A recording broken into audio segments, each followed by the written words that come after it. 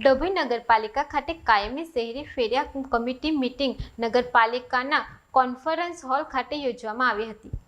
ડભોઈ નગરપાલિકા દ્વારા street vendors act 2014 અને ગુજરાત સ્ટ્રીટ વેન્ડર્સ રૂલ્સ 2016 મુજબ કાયમી ટાઉન વેન્ડિંગ કમિટીની પુનઃરચના 18 માર્ચ 2026ના રોજ કરવામાં આવી। ત્યારબાદ આ નવી કમિટીની પ્રથમ બેઠક ચીફ ઓફિસર જે કિશન તડવીના અધ્યક્ષસ્થાને નગરપાલિકા કોન્ફરન્સ હોલ ખાતે યોજાઈ।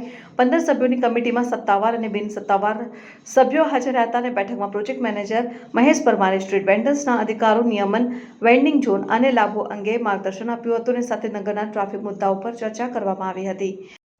Okay, the street vendor act 2014ની જોગવાઈઓ અને 2016ના રૂલ્સની અન્વયે ડભોઈ નગરપાલિકા દ્વારા કાયમી ટાઉન વેન્ડિંગ કમિટીની રચના કરવામાં આવેલી હતી।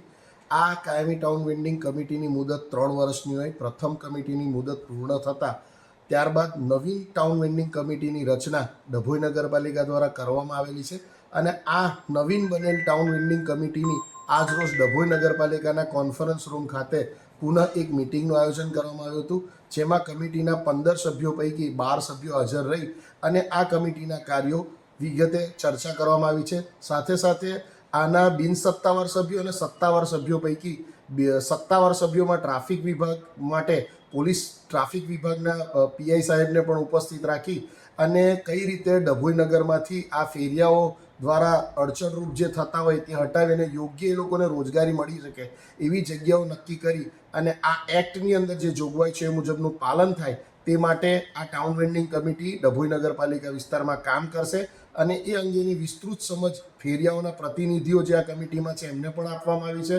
અને વધુ સારી રીતે ફેરિયાઓને પોતાના રોજગારી મળી શકે તે મુજબની કામગીરી કરવા માટે આજની આ કમિટીમાં વિવિધ નિર્ણયો કરવામાં આવેલ છે। वीडियो जर्नलिस्ट फजल रज़ा खत्री साथे सत्या टीवी न्यूज़ डभोई।